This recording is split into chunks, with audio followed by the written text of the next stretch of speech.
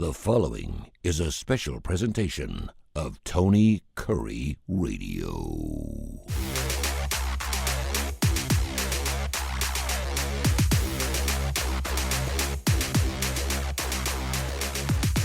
Welcome back to the K4Wins. We got it rolling here on this beautiful Tuesday, week 6 of college football camp. We got 13 undefeated teams. We actually got a couple of games where we have undefeated teams playing each other. We'll get into some National Football League stuff. My Cincinnati Bengals just absolutely are horrible. I was going to throw the question out. We'll do it right off the top here. Which fan base is more disappointed in Case Kiefer, the Cincinnati Bengals or the Baltimore Ravens fan base as of right now, based on the injuries we've got right now? It's unbelievable, both those teams. And, of course, I didn't realize at least Joe's been to a Super Bowl. Jamar is not, Lamar is not, which is crazy. Yeah, man, that's pretty much a photo finish. I mean, the Bengals, I think, have the bigger injury just because I think Lamar might be out a little bit, but it sounds like it would. If I had to speculate, it's only going to be a few weeks. Obviously, Burrow's not going to be able to come back till December. But you look at just the total list of injuries, and I think it's Baltimore pretty clearly. I mean, it's like 14 of their top 15 players, it feels like, or something, are hurt. So Cincinnati probably has the biggest one just because of how long Burrow's going to be out. But man, Baltimore's just got killed right now. I still think that they're good enough and their roster quality is so good that they'll be able to weather it. It sounds like none of these guys are super long-term. So maybe in that regard, it's probably the Bengals, and then it feels like the season's falling apart. But it's a really good question. I feel like you could make a case both ways. The Bengals are pretty much done. I can't believe it. They win their first 2 games of the year for the first time in forever, and now they're 2-2, and they'll be what, 2-13 before the end of the season, the way that offense looks right now. He is Case Kiefer, chief editor of the Las Vegas Sun. Right below me is Kip Kiefer, executive director of the Birmingham Racecourse Casino. He's been calling races, playing games for his entire life. Even his father got into it quite a bit. Of course, Kai Gregory's got his Red Sox shirt on. You know which way he leans. They've got a baseball game later on this afternoon. He has played both sides of the handicapping thing, not for entertainment purposes only, but to wipe his man out and make cash every single week, which is what we do here at K4Wins. First of all, how did we do on our numbers last week, Kai? Last week was not our greatest week. We ended up even 11-11-1 on the week. I kind of feel like every prediction that I put in there lost, so I brought us down big time. But, yesterday we were 6-1, hit a triple play with Miami over their 23.5 team total, and a double play with Denver over 13.5 in the first half. So we're still 8-22-441 year to date, and college football we are 50-18 year to date. Nice. So not too shabby. No, not at all. One of those games, I'm not sure if we had it up, but I've had a ton of my friends had the Alabama game over team total 26, and they're sitting there at 24 banging my phone up. I told you to play the over, and I said, yeah, you're right. I should have played the over, and I didn't. And the next thing you know, they're putting a goose egg up in the second half, and they don't get it done. College football, but today I want to start with Major League Baseball. Let's get into it. We got the playoffs coming up here. Detroit, Cleveland, San Diego, Chicago, Boston, New York Yankees. How good is that to be playing the wild cards right off the bat? And, of course, Cincinnati and the LA Dodgers later on tonight, Toronto, Seattle, Milwaukee, and Philadelphia, all with the byes going on. They'll be playing in a few days. Let's start with my Cincinnati Reds. I cannot believe they're in the playoffs case. I'm seeing plus 220 for the series. Everyone says that if you're going to go with a team like Cincinnati, you want to go that short series. They got Green going tonight.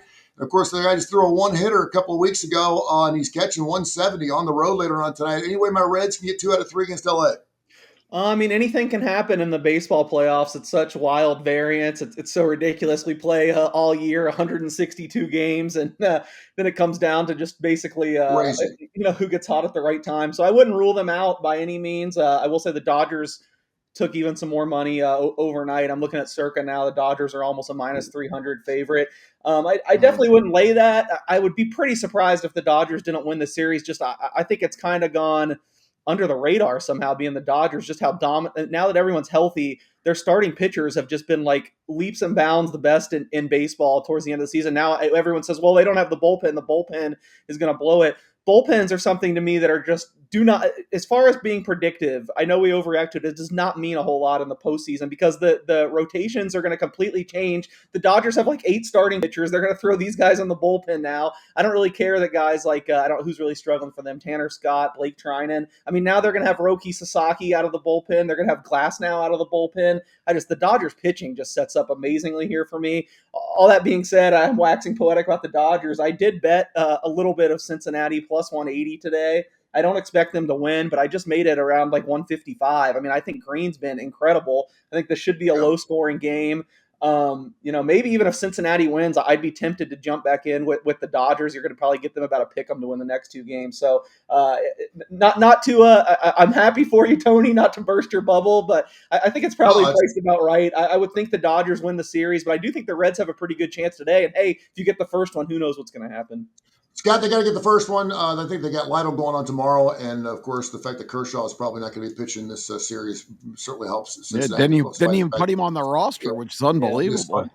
Despite that he's 63 years old and still throwing guns out, he's just fantastic. But yeah, the fact my Reds are actually in a series, and of course they haven't won a playoff series in 30 years since 1995. Barry Larkin, who I went to school with, his brother Byron, who played basketball there at Xavier University. That's how long it's been since they've won anything in Major League Baseball. Boston, New York, always a great series. One of those things where just like Duke and North Carolina, you always have to watch whenever the Bo Sox and the New York Yankees. The Yankees, it's been a kind of a tale of 2 seasons. By the way, you were talking about bullpens. By the way, since September 10th, Cincinnati's got the best bullpen numbers in the major leagues, which I cannot believe. I'm saying that because I'll never be able to say that again. Cincinnati's bullpen always sucks, and they've been playing lights out in Cincinnati. Now they can't find their bats. Let's go back to Yankees and Bo Sox. You're wearing the Bo Sox shirt, and I'm assuming that you think they're going to win this 3-game series against your Yanks.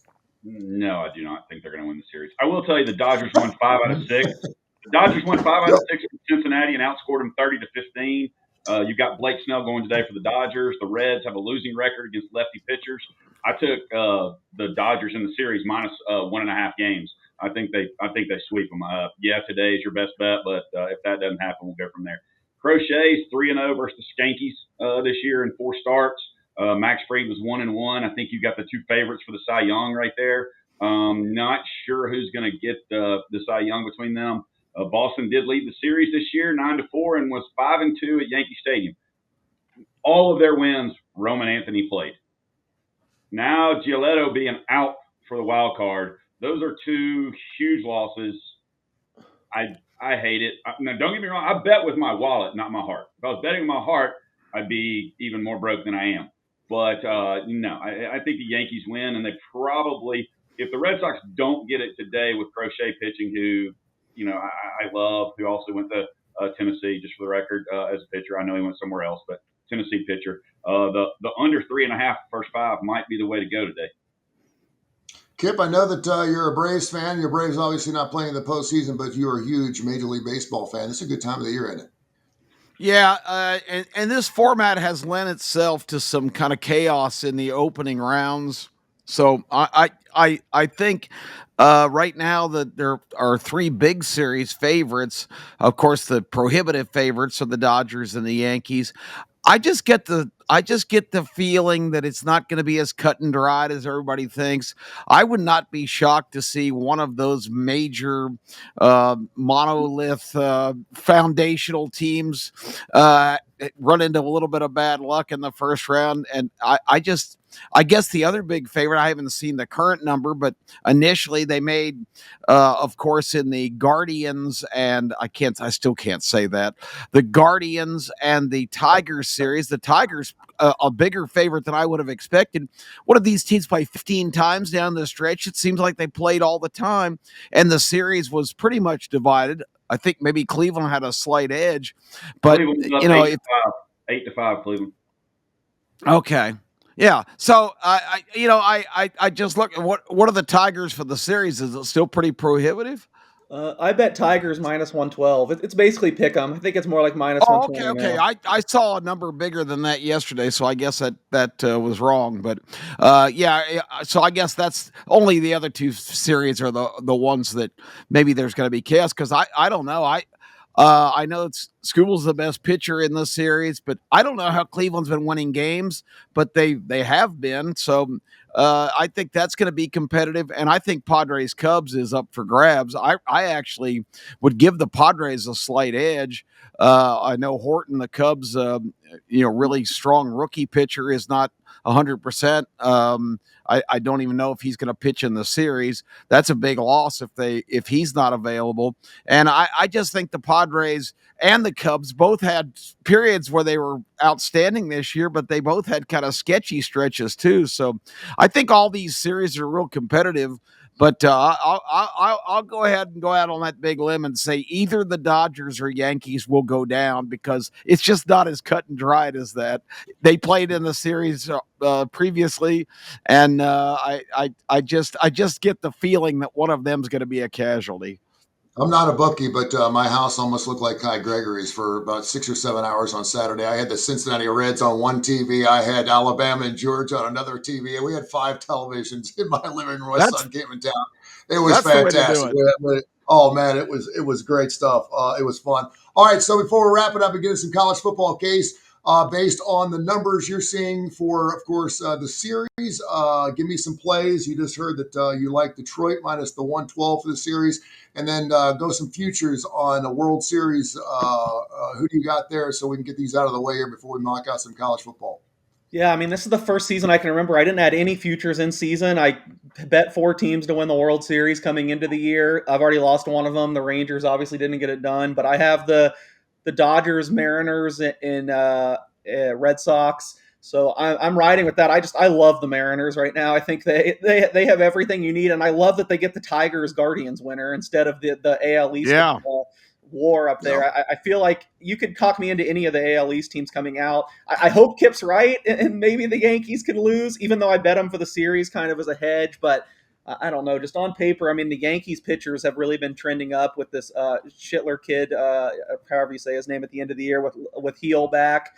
It looks like a tough task to me for the Red Sox. Maybe I've just listened to Kai too much, because I know he's always negative about his fandom. And even earlier in the year when he was writing him off, I was still like, let's see. Kai is negative? What? Are you kidding me? Kai's negative? Huh? No, just pessimistic. What? Tony, really? Pessimistic about his teams. I don't play with my heart. I play with my wallet. That'd be more broke. I kind of have a hard time seeing the Red Sox win the series. Again, I hope I'm wrong. I bet the Yankees. I didn't bet any of these series huge, but I bet 3 of the 4 series, and I bet the Yankees a little bit, minus 175. And then I really went back and forth on the Cubs Padres. I agree, it's the most interesting. My first snap reaction, we'll see if I should, my first impression was the Padres. I feel like they might be a little bit more complete, but then you dive into it. The Cubs pitching is like I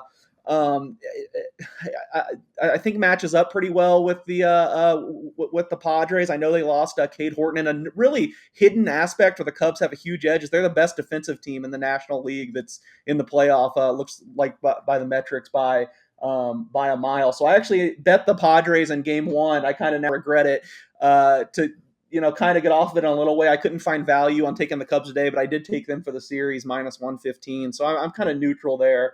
We'll see what happens. But I'm rooting for a Mariners Dodgers World Series. We'll see. I think it has a pretty good chance. I don't know. The Phillies look pretty tough. If the Phillies had Zach Wheeler, they are the favorite right now, but I think they'd be the clear favorite if they wouldn't have lost Wheeler. Go to K4Wins.com for all of our baseball plays. K4Wins.com, K4Wins.com, or at K4Winners. You can check us out on the X as well as Instagram and, of course, our Facebook page as well. College football. Let's jump right into it. More than half the SEC's got bye weeks, including the Auburn Tigers. We do the show here in Birmingham, so we're going to jump right into, obviously, one of the biggest and best games for Alabama fans in a long time was the big win, of course, between the hedges, ending a 33-game-in-a-row winning streak by the Georgia Bulldogs. Kirby Smart just can't beat Alabama, period. He's done it once, and they just can't seem to get over that hump. And that was for the national championship. It wasn't just a regular season. He won it. Yeah, he won it when he needed to. But what is he, 1-9 or 1-10 now against Alabama? No. So yeah, he's only 1-7. Yeah. The 1-7, pardon me. Sounds like an Alabama fan, upping all of their wins and their totals and everything the way they sure. Yeah, well, Well, sure. Well, let's see what happens this weekend as they give up 10.5 against an undefeated Diego Pavia, 5-0 for only the second time in 80 years. Vanderbilt, can they beat Alabama 2 years in a row? Kip Keefer. Guys, who would have thought the matchup in Tuscaloosa this week? You've got two of the top 5 favorites for the Heisman Trophy squared off at quarterback, Diego Pavia and Ty Simpson. Who had that on their bingo card to start the year? My goodness. I think last year the euphoria of coming back and winning that big game against Georgia in Tuscaloosa snuck up and bit them because they had to go to Nashville. Nick Saban said on College Game Day that the SEC is tough wherever you play on the road. Well, except maybe Vanderbilt. That rat poison distributed by Nick Saban bit him in the ass last year because Vanderbilt, of course, pulled the big upset. I think this win probably was more triumphant for Alabama because they pulled off the feat on the road. And so they might be full of themselves and really high as a kite. But I don't think Vanderbilt's going to sneak up on them again. I think this game's circled on the calendar, never again. I know Vandy's been rolling along and really piling up the statistics and the points. And you got to give Clark Lee and his staff and the whole team, man, they're taking care of business and look great. But this is a different animal going into Bryant-Denny. I think Vanderbilt is competitive in this game. 10.5 is probably about the right number. I'm interested to hear what number Case came up with in his calculations. But I don't think Vanderbilt's not going to sneak up and get Alabama in this euphoric state again. I don't see this game being right down to the wire kind of drama. College Game Day is there. It's only the second time ever that College Game Day has been at a Vanderbilt game. The first time was in Nashville. So this is big stuff for the Commodores. But I don't think they're up. I think as much as I admire what they've done, I don't think they win this game. And I think Alabama probably covers it, wins it by a couple touchdowns. Hey, before we get into Case's numbers, I got to ask, who in the hell has these odds for the Heisman? I mean, I have a full page here of just Heisman odds. How is Jeremiah Love plus 3,500? How in the world are 14 people ranked higher than him or have better odds? Did anybody watch what this guy has been doing? Yeah, that's crazy. I would have thought he'd been in the top 3 now.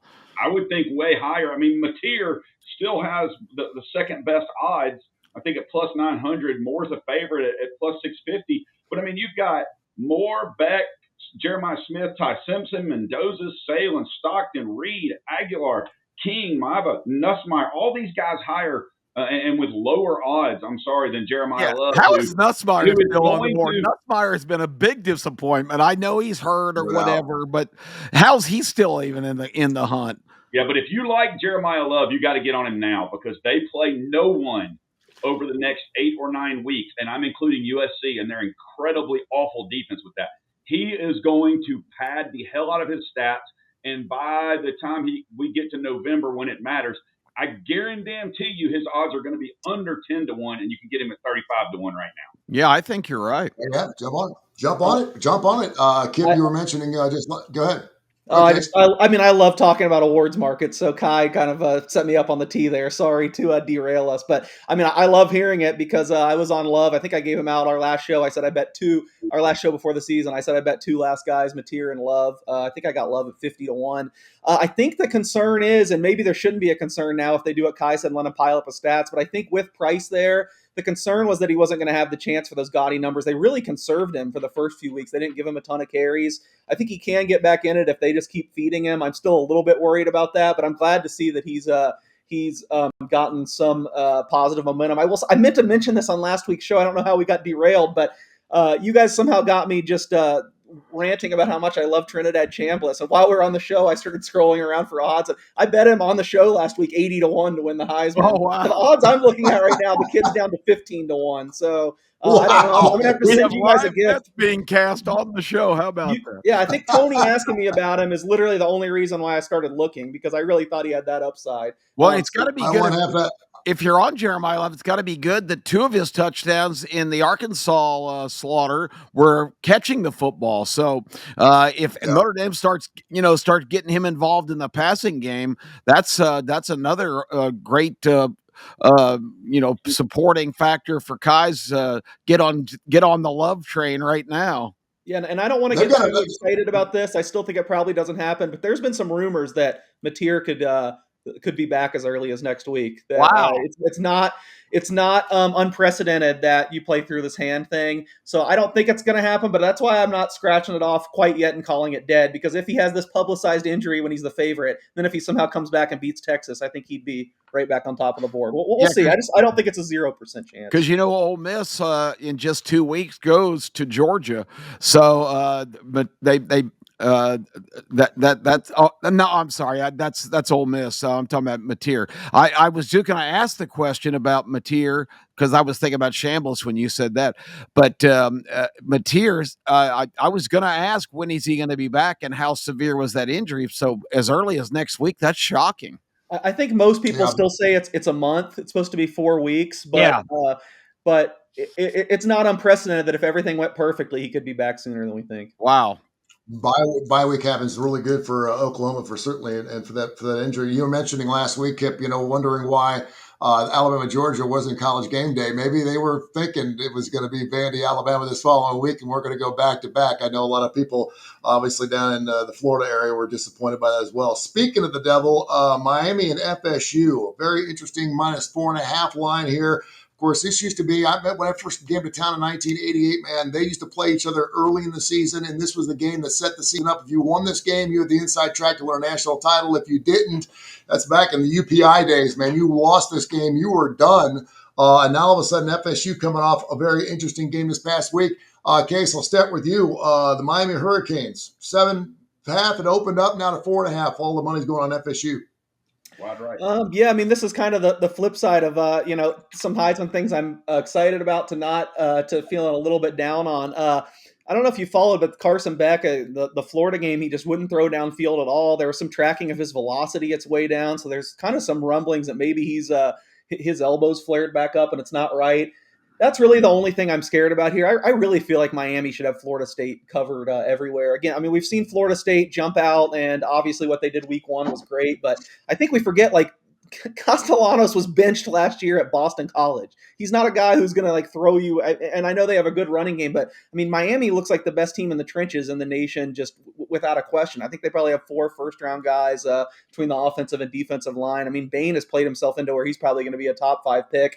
So on paper, I really think Miami should have an edge just about everywhere here, but I'm worried about Beck's arm if he's not 100%. That scares me. This is not a game I've bet, and just with that concern, I mean, I think I made it 3.5. I think it's still more than 3.5. So I would be a slight lean to Florida State, but I've been Mr. Miami all year. I think people are just sleeping on how talented this team is. I just got to hope that Beck's okay. The chain's going to be out there. Kai, you got any thoughts on this particular ball game? You're a big Florida guy. I would just kind of sit back on this one. I want to see where the line ends up. I'll tell you what, I'm going to go backwards and come back to this. I hammered Alabama at 10 and actually bought it to 9.5 and hammered over 56, which is probably one of the biggest sucker bets out there because both of these teams can score a ton of points. But if I could still get under, if I could get the over at 55.5, I still would. I think it's up at 56.5 and even 57 in some places in that game. By the way, I saw an interesting number this morning. Vanderbilt there's only 5 other teams in college football that snap the ball slower than Vanderbilt does. They play the most slowest game of college football. Now their numbers obviously look good. They made some huge, super big plays, but a lot of people are laying the under this game because they're going to want to slow this ball game down. And Alabama's not running that Nick Saban hurry up offense like they used to either. I like Alabama over their team total. I'm going to be interested to see what it is because if this is a 56.5 point game and you've got a 10-point favorite, then is Alabama's, what is their team total going to be? Probably 31.5. So that would be something to look at and interest me. And if it gets up above 35, maybe you don't do it. But Miami has the number. I'm flipping back on you. Miami's got the number 9 defense in the country, scoring defense. And like you said, Castellanos was benched at Boston College. He had an okay game at Virginia. he has not had his bad game yet. It's going to come. Now, I don't know that it's going to come against Miami, but if it comes against Miami, they may lose by 17-21. And then you always have the curse of the wide right for one of these teams to see, back in the 90s. Miami, It by the flared back way, up 2 years ago too. I think there was a game like Miami, maybe 10 years ago with that too. Miami has only given up 46 points in 4 ball games, and 5 of their last 7 losses during the regular season were on the road. So it's just something to think about when they go to FSU this weekend. Other games looking around here, and we always talk about the public money, and Kip and I were doing a show yesterday. We were talking about this. So I'm walking into a casino. I have never made a bet in my life. I don't follow football. I don't know anything about football. And I see Texas preseason #1 in the country. They've got the Heisman Trophy guy, and obviously he has not come to fruition as of yet. But they're sitting there 3-1, and they're playing a 1-3 Florida squad, and they're only giving up 6.5. Can someone please explain it to me, Kip? Texas sucks. Have you watched any of the games? Texas was impotent at Ohio State. They only lost by 7, but if Ohio State had been a little bit more fine tuned for that game, it shouldn't have been that close. Sucks. But Texas, look at their 3. I mean, you guys know how much this drives me crazy. And I've been trying to restrain myself not to say it this week, but I'm going to unleash it right away. They went home to Austin and played 3 of the worst teams you could possibly round up, and they weren't even impressive. Now they go on the road to the Swamp, which is, inhabited by a Florida team that everybody was so high on coming into the year. There were predictions that they were going to be a playoff team and everything else. Yeah, it's been a catastrophe. They're 1-3. Lagway didn't get to practice all spring or even in the fall camp because of various injuries. He's been rusty, hasn't looked very good. They put so much emphasis on him, but they've gotten away from running the ball with Jaden Ball. No team in America needed a bye week more than the Florida Gators, coming off the losses to South Florida, LSU, and Miami. But the Miami game, they were pretty damn competitive. And Case mentioned Miami seemed to the whole game plan seemed to be kind of puzzling. So maybe there is something to Carson Beck's repaired elbow. Might be something that's looming here. But the fact of the matter is that Florida, if they get a measurement in the fourth quarter with 6 minutes left in the game, the score was 13-7. They would have had the first down on the 29-yard line with a chance to go in and take the lead. Texas going into the Swamp against Florida, who had a week off to regroup and get ready. I just think this is Florida's last stand game, and I just haven't seen enough from Texas to think that, even them being a touchdown favorite, I think is a stretch. I have Florida winning this game outright. Wow, and either way, this is whoever loses this game. It's going to be a disappointing season. I mean, if Texas loses their 3-2 and their preseason #1, Florida's done if they lose. They're finished. Well, they're done now. Really, at 1-3, well, they're done for playoffs, but they're done for. I mean, they're not going to have a winning season if they don't win this home game. Number 2 scoring defense. Think about that. Yeah. This would be crazy if you told me in June or July I felt like I was higher on Florida than everyone. Now I've bet on them bet against them 3 straight weeks because I think the market. I don't know what they see. I mean, they took ton of steam against Miami at the end of the game. Really, underlying numbers, Miami kicked their. I mean, I know it got close for a while, but Miami really was pretty dominant in that game. Obviously, the LSU game had the interception debacle. They probably should have covered there. I mean, I just thought this was a clear 7.5 to get it down to 6.5. I have to buy on Texas. Now, I think one of my strengths is knowing when to buy and sell, and I was a seller on Texas going into the year. I was against them against Ohio State. I just feel like now we've gone way overboard with their struggles. That Ohio State game, I called it up right when we were talking about it. Texas outgained them 5.2 yards per play to 3.7 yards per play. All we hear about is how Ohio State's so great, the best team in the nation. Literally, Texas got stopped at the 1-yard line, and Ohio State punched theirs in at the 1-yard line. You flip those 2 plays, Texas is undefeated. We're talking about how their offense is underwhelming and Arch Manning isn't always cracked out to you. If they're still undefeated, they'd be the #1 team in the country if you flip one game. I just think defensively, I haven't seen anything to make me worried about Texas. I think we're so concerned with how bad their offense has been, and yes, it has been bad, that I think we kind of lose sight of defensively. They still have the highest talent index, the most guys playing in the NFL on defense. So I know there's some issues there, but I can't believe they're. And maybe I'm wrong. Clearly, someone a lot smarter than me with a lot more money is betting on Florida every week. But I just look at these two teams and don't see how it can be less than a touchdown. Even if it gets back to 7, I would pass. But at 6.5, I had to buy on Texas. I guess I've just totally changed my tune on Florida, and I think the Texas problems at this point are a little bit overhyped. So not one of my bigger bets, but I am actually opposite, and I'm on Texas this week. Speaking of Texas teams, I wanted to throw this out, and you guys can hop on it. And then we're going to do something a little different here. I'm going to let you guys kind of go around the horn. But Texas Tech and Houston, a pair of 4-0 teams going into Week 6 of college football. Texas Tech has given up 1.5 on the road there, and then Mississippi State. Mike Leach's old team, 4-1, go on to undefeated A&M 4-0. And Kip, I know you've been on A&M all year long. They're giving up 14 to Starkville boys in that particular ball game. Any thoughts on those two games, Kip? Yeah, Texas A&M did not play very well against Auburn. Again, I think Auburn's roster is everything that we heard, all the preseason hype that Auburn had loaded up and had the team finally the roster that could compete. But unfortunately, they don't have the coaching staff that can compete. I've heard from several sources pretty close to things down on the plains that the drums are beating the discontent for Hugh Freeze and his excuses every week. What a pathetic performance last week at Texas A&M, 177 total yards. The offensive line continues to be a dumpster fire, 7 more sacks, countless penalties, mistakes. The team's just not well coached, and this staff doesn't seem to have any answers. With all that being said, A&M still just kind of gutted out a game where they didn't play very well after their big win at Notre Dame.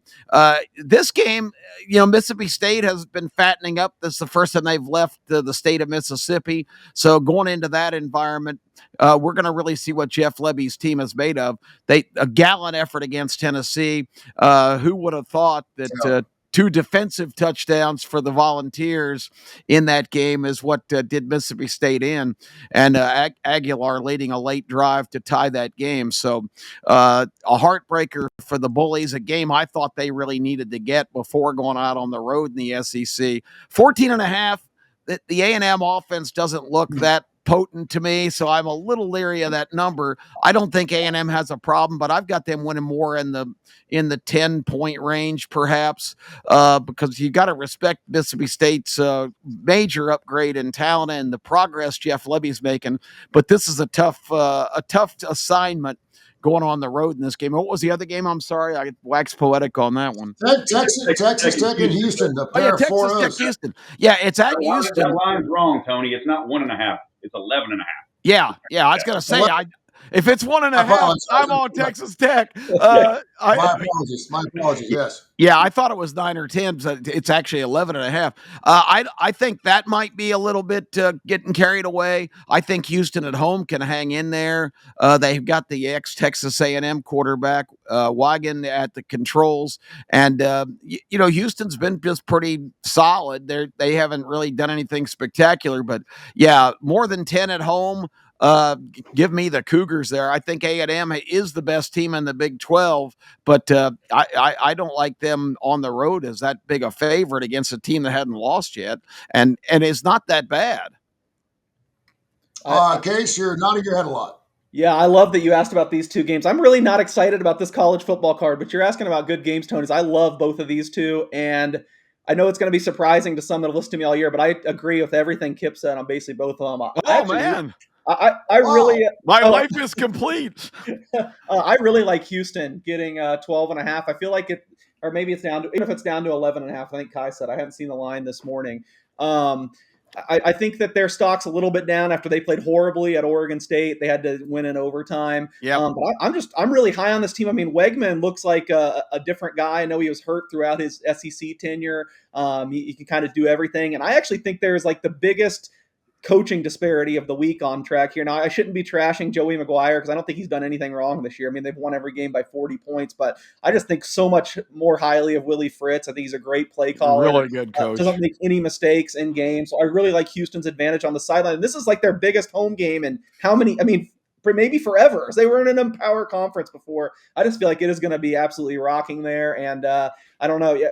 I mean, Texas Tech is beaten up everywhere too. I know they have blue chip players everywhere, so they could probably reload. But even hurt at quarterback now, Baron Morton. I don't know if he's going to play, but he got hurt in the second half against Utah. I will say the backup kid, I think Hammond or whatever his name, came in and looked just as good. Some Texas Tech fans are saying he should start either way, but I don't know. Morton, you kind of have more of a body of work. If he's not playing, I'd be worried, and I haven't heard any updates on his status. So there's a lot of things pointing me towards Houston here. I actually, it's funny. I think you guys took it that I meant you should be surprised I was agreeing with Kip because we just agreed on the Texas game. But actually, what I was saying you should be as surprised about is I've loved this Mississippi State team. It hurts my heart, but this is the week I'm selling on them. Kip nailed it. They played 5 games at home. Now going to Texas A&M. I mean, I think I wrote this in my column today. I hate when I'm always just rehashing the same points, but I think if there was the most misleading score of last week's slate was Texas A&M only winning by 6 against Auburn or what. I bet Auburn. I'm happy to have won, but Auburn did absolutely nothing on offense. I mean, literally could not move the ball. Again, it's just too bad they couldn't find a quarterback. 0 for 13 on third down. Ouch. I mean, yeah, the underlying metrics, Texas A&M should have won by like 3 touchdowns, not 6 points. So I feel like you're kind of getting Texas A&M undervalued, and this is a really tough first road game at Kyle Field. You guys have been higher on A&M than me, all offseason, and I'm starting to think you're kind of right. I agree. I'm concerned. I don't think they're going to win the national championship or even make the semifinals. I don't think their offense is that level. But I feel like they kind of are in that top tier. And as much as I love Mississippi State, I think they're still kind of in the middle. I feel like this is a spot where Texas A&M could really stomp them. Kai, only because there's a huge disparity in the like of James Franklin. But can you please tell me what happened at the end of that Penn State-Oregon game? And what is he now? Is it 4-21 against top 10 teams? Yes, James Franklin is now. That's the record. Yep. I don't know where I had to bring that up because I know that a lot of people on this show would decide whether we think he's a great coach or not. But 4-21 against top 10 teams, and they had no offense at all. Until that fourth quarter. And if you're a Penn State fan, man, you felt like that's the one thing about overtimes I absolutely hate and I love, because 1 second you're winning the game and you feel like you've almost got it wrapped up, and like 3 minutes later you're down 7 and you have a 4th and 2 from the 5. It's unbelievable. But what do you think about James Franklin's coaching in that game, Kai? I think he's big game James, and he played a team that was better than him, and he lost. I mean, he that's what he does. He loses. Even if he's favored, I really thought that Oregon did not play their best game. Neither did Penn State, but Aller, was exactly what we thought he was going to be in the end. And when his team needed him the most, what did he do? Do an interception. Yeah, Franklin's 1-15 versus top 5, 4-21 top 10, 15-30 top 25, and 4-17 versus Michigan and Ohio State. That meme I sent y'all. But I will say this: I got to go backwards for a second. Jeff Levy, who's been crying all week how they gave Tennessee the game. I guess he didn't see Joey Aguilar throw high the entire game. Tennessee muff a punt, and Aguilar throw 2 picks also. Which it wasn't a pretty game. Which led to 14 points, but, whatever. I like Mississippi State plus the 14.5. It may be a backdoor cover. If it gets under 14, I wouldn't play it, but I do like them, and I like this Texas Tech team. I'm not sure at 11.5. Now, if it was 1.5, like you said, I forgot to put a 1 there, man. I forgot to put a 1 there. Yeah, I've been going for a Hilo loan, to go out there and try to take Texas Tech minus 1.5. It's interesting. Go ahead.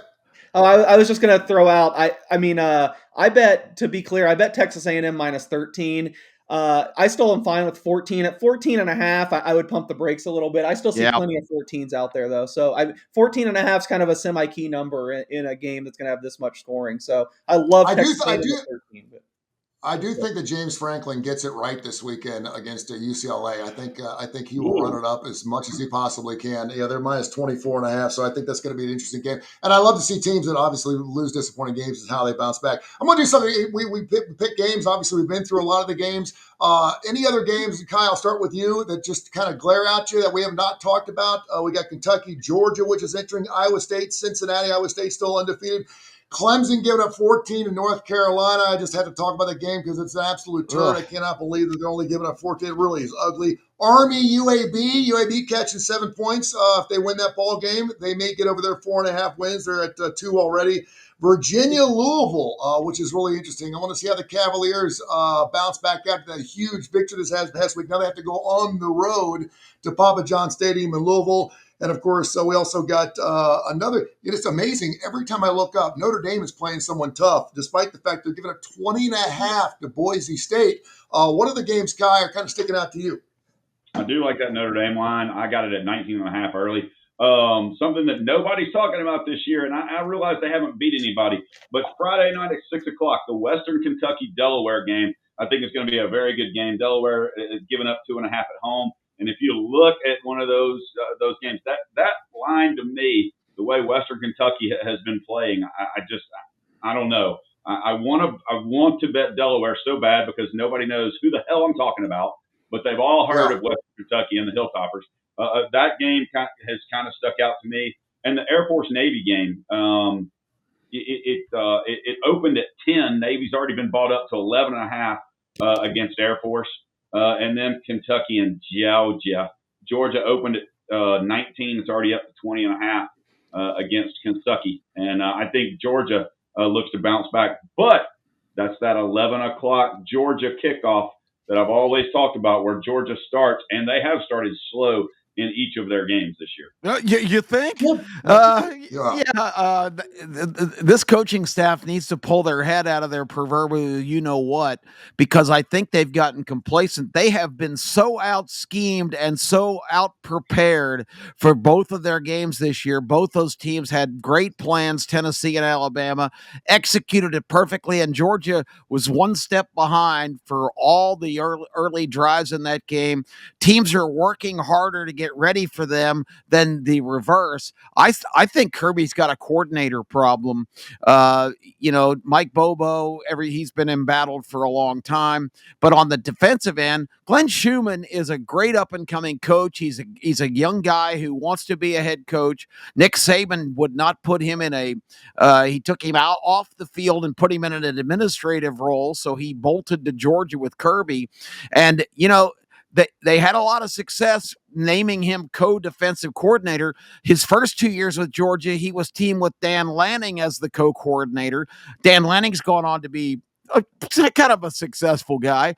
And the next 2 years with Will Muschamp, who you can say what you will about his head coaching tenure, but as a defensive coordinator, it's arguable that Will Muschamp is one of the best of this generation of coaches. This is the second year that Schumann's been on his own, and the Georgia defense has not been the same. So Kirby's going to have to maybe get back to coaching up the defense a little bit more because, there's just something not right about that. The team was just a step behind, and then they did shut out. I know to the chagrin of some people listening to this, but they did shut out Alabama in the second half, so they get it together. But they better start getting prepared for games to start in the first quarter because these two performances have just killed them. They lived to tell the tale in Knoxville, but not this past week. So just a little interesting Georgia perspective there. Case, what do you think about the Wyoming game? That's one that's sticking out to me. It's 3.5. If it was under, and you talked about how hard it is to play at Wyoming a couple of weeks ago. Oh, is it down to 3.5? I haven't seen. Yeah, this is one. I'm glad you got it. I have so many thoughts on all these games we talked about, but I'm glad you have one more bet out of me. I bet Wyoming +5 yesterday. I'd probably still be fine with 3.5. I wouldn't go to 3. I mean, UNLV looks, I know they're undefeated and they're getting some attention, but man, they look pretty sketchy. They beat an FCS team. Their big win is holding off UCLA at the end of the game. Yeah.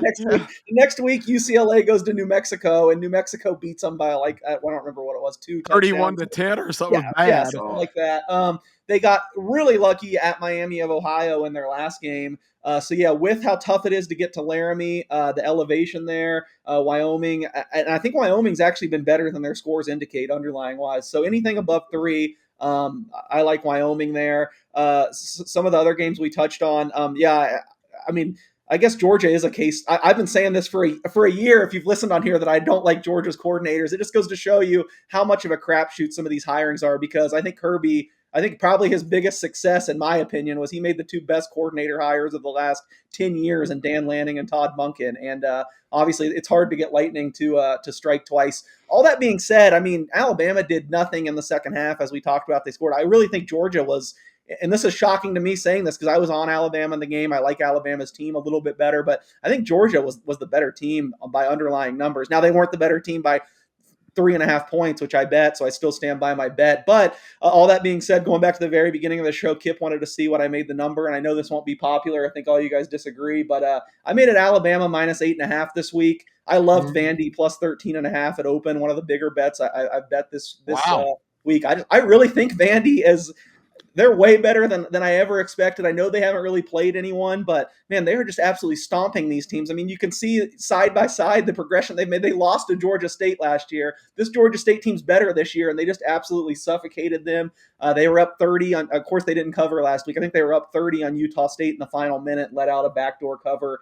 I don't expect them to win outright. I think it's too big to bite off to chew. I agree they're not going to sneak up on Alabama, but I think double digits. To me, Vandy is the side this game. And just lastly, the Penn State game. Man, how bad must Bo Pribula or whatever his name is be in practice? Because him next to Aller, he looks so much better.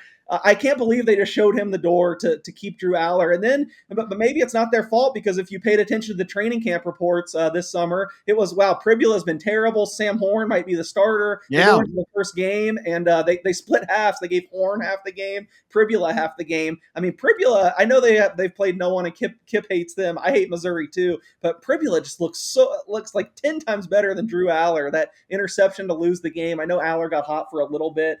I think maybe I'm too swayed. Like the NFL scouts app, love Drew Aller coming into this year. They said he has all the tools, and maybe I just was too swayed by that. But I've been so down on him. I think he's looked terrible, and to me, maybe it's premature, but it looks like Penn State kept the wrong guy at quarterback. Dude, I love Lanning, by the way. I mean, I wanted to mention that before. I can't believe I totally forgot that he's actually a grad assistant at Alabama back in 15 and 16. Yep. So he's actually from that group. And he just, man, after that game, if you watched him, he just was coming out of his skin with pride for his football team. And all I could think about was, man, if he was the coach at Alabama, how good would Alabama be if they had Lanning get coach there? Who knows? Maybe I'll get my wish come true. Kip, any other games that you saw? You mentioned some of the things I mentioned before, but any other games that stick out to you before we hop in the NFL? Well, I watched Louisiana Monroe here in Tuscaloosa a couple weeks ago lose by 73 points. They are, I mean, how abysmal must Northwestern be in everybody's estimation? Because Louisiana Monroe is only a 10.5 point underdog at Northwestern. What does that say about that team and that league? My goodness, if Northwestern can't muster an 11-point victory against that team, I don't even know what to say. So that line just kind of got my attention. You mentioned the Louisville game. This is the classic case where Virginia's going to be overbet. Well, they just beat Florida State. That was a bizarre game. The Virginia coaching staff, the head coach doesn't even know the rules. He sent them out for a 2-point conversion after the second overtime. It's not required till the third overtime. So they had to go for 2 when they didn't even have to, and somehow they even made it and ended up winning the game anyway. But yeah, I'm not too high on Virginia. I think Louisville is an up-and-coming power under Brom, who we talked about before the season started. I really like Louisville in that game. That one kind of jumped off the page to me because I don't think Virginia's legitimate. I'm with you on that one. Yeah, and also Memphis gets Tulsa at home. Tulsa's not too impressive. The Golden Hurricanes are not very golden. Memphis is kind of surging now. I don't know if they're a legitimate team. They did beat Arkansas, but they're 20.5, which seems like a lot. But I don't think Tulsa's going to offer much resistance. I like Memphis there. They did change the rule, but in his defense, they changed the rule this year. You do have to go for 2 in the second overtime, and the third overtime is just 2-point conversions. Period. Okay. But he did not know the rules. He admitted it afterwards. Yeah, I don't think he knew that, but I mean, he's right. I mean, they changed that, so they have to. And then going into the third overtime, there's nothing, just 2-point conversions. Yep, it's straight to that. It's a 2-point conversion, period. Right. Which you hate if you've got somebody -3, or if you have an over and you need like 10 points scored going in. You're like, damn it, both of them get it, 3 or 4 times. Mm-hmm. I did want to mention too, because we do have somebody in our foursome here that's got a kid that's in the armed forces. That Army UAB game is going to be very interesting. And I only say that because Trent Dilfer obviously is coaching for his life. They're catching 7 points at home. And I will say this, I do like the under in that game for the first time all season. UAB's gone over every single game. It's 57.5. And I think that Army can keep it close. In fact, not win that game, but I can see another 24-20 kind of game, something like that. I don't think it's going to go over 57. Your thoughts? I know you're making your work and you're down there tattling around this, that, and the other. I don't like UAB play. They gave up 27 points. Well, listen, Army's terrible. They're both horrible. I mean, they're both terrible. But I mean, if UAB can get a victory here, 3-2, 5 games of the season is a huge win for Trent Dilfer this far into the season. Absolutely, and I hope for your sake they do. But for the kids at UAB, I kind of hope they don't, because they need a new coach. Yeah. Did you see, by the way, how much shit he caught for taking pictures up at Neyland Stadium this past week? He was up there taking pictures of Neyland Stadium, and people are like, dude, what is he doing? And I'm like, he's taking pictures of Tennessee, of Neyland Stadium. He's never been into Neyland Stadium before. It's a mecca. It's a wonderful place to watch a football game. And he was taking in the moment. And then, of course, he was on his phone, I guess, about 3 minutes before kickoff. I don't know why.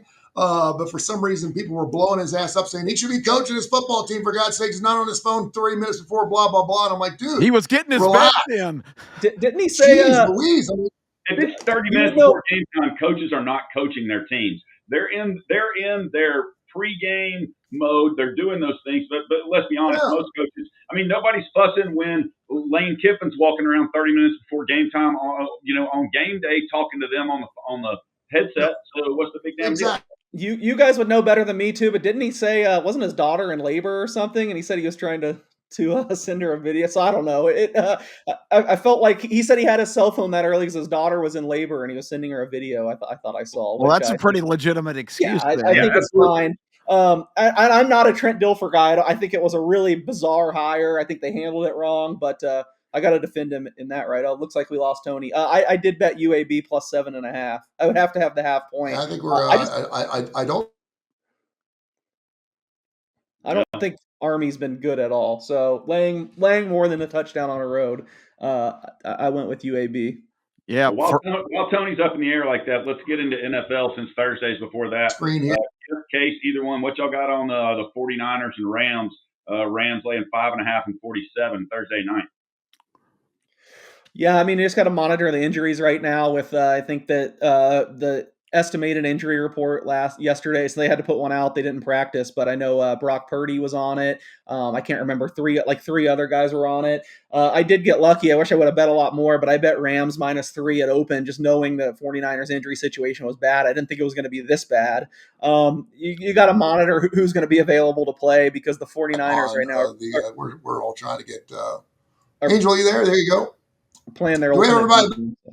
Yeah, we're still going, Tony. Keep going. I'm hoping we're good. Okay, good. I wanted to make sure everyone was back. We're all here. Keep going, Case. Okay. Yeah, so I took back and forth. Let's go look at the National Football. My sister. We already are. Yeah.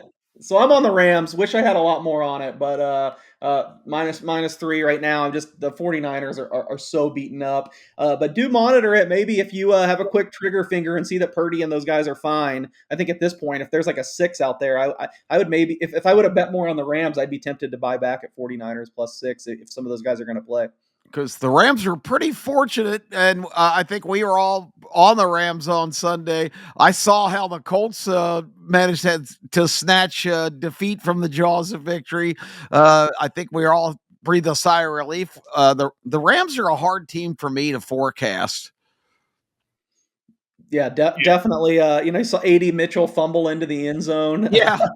The Colts played well enough to win that game for sure. I was on the Rams big with you. I feel like we kind of got away with one there. Obviously, they hit what was like an 80-yard touchdown to Tutu Atwell, I think, to cover at the end of the game. Yeah, wow. Yeah, man, the Colts have been I hate to say it, but the Colts have been awfully impressive. I was down on them coming into the year, but they were just as good as the Rams on Sunday. They host the poor Raiders this week, who now for the first time are really beaten up. With their left tackle went down and got carted off with an injury late in the game. So, man, I never thought I'd be wanting to lay a touchdown with the Colts this early in the season, but I did bet some 6.5, and even at 7. I mean, I feel like this should be 7.5 with the Raiders injury situation and how good the Colts have looked. Who knows? Daniel Jones is due to have one of these games where he throws 3 picks. Yeah, I keep waiting Daniel for Jones that. we all know and love, but I got to give it up to them. Through 4 weeks, they look really good. For sure. Daniel Jones. Wow.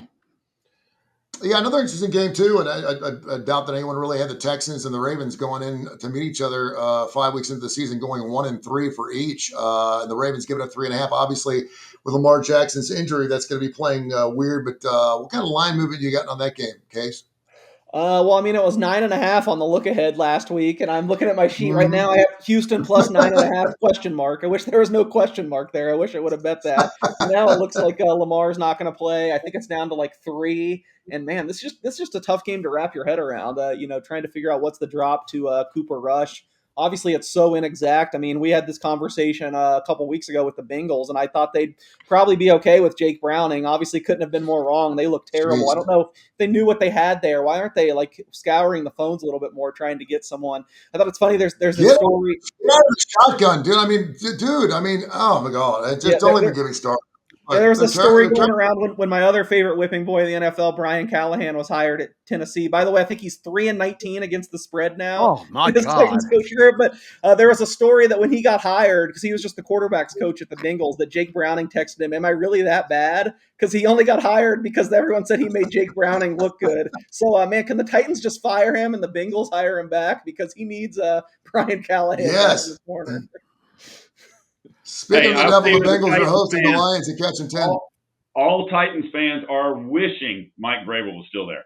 Of course. I mean, that's got to be the worst coaching swap in NFL history. They're wishing Henry was still there too, by the way. Yeah, a couple other games. One final game I want to get into too, only because they're 3-1. A couple interesting teams. The Bucks and the Seattle Seahawks coming in at 3-1. The Seahawks giving up 3. Kip, your thoughts on that game? I don't know. You know, the Bucks kind of hung in with the Eagles, but that was predictable. I was kind of kicking myself for not being more pro Philadelphia.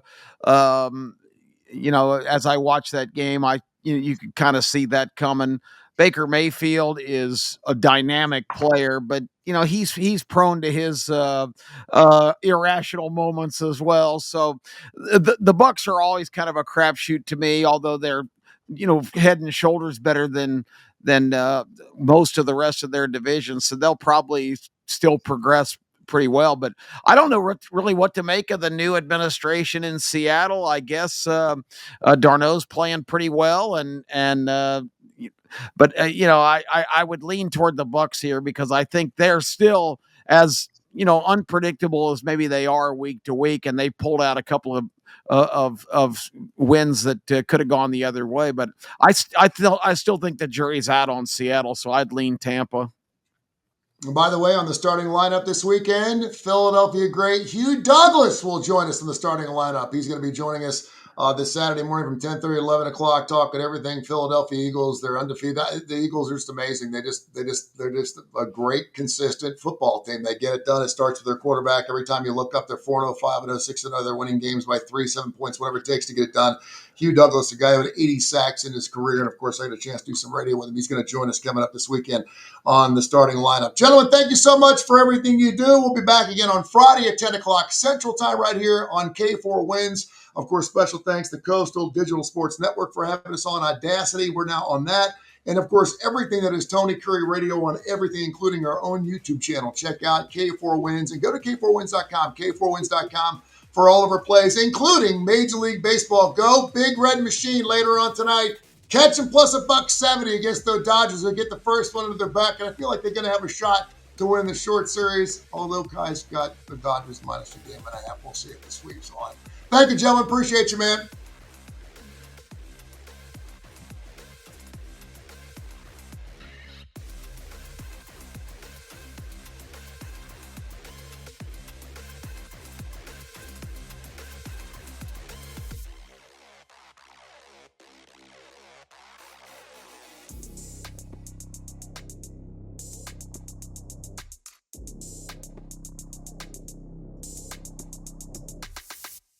This has been a special presentation of Tony Kurre Radio.